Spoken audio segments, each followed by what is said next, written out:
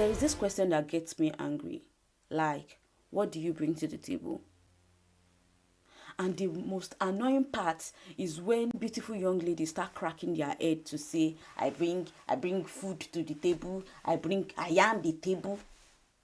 Save yourself the stress. The person that is even asking you what you bring to the table does he even have a footstool? Fine, I know you're not talking about physical table here, and I am as well not talking about physical stool.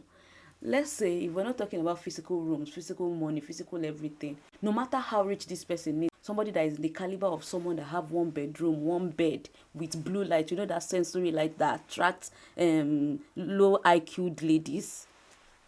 Somebody like that is now asking you what you bring to the table, and you are now cracking your head. Auntie Bola, Auntie Tony, Sister Baraka, don't try it again.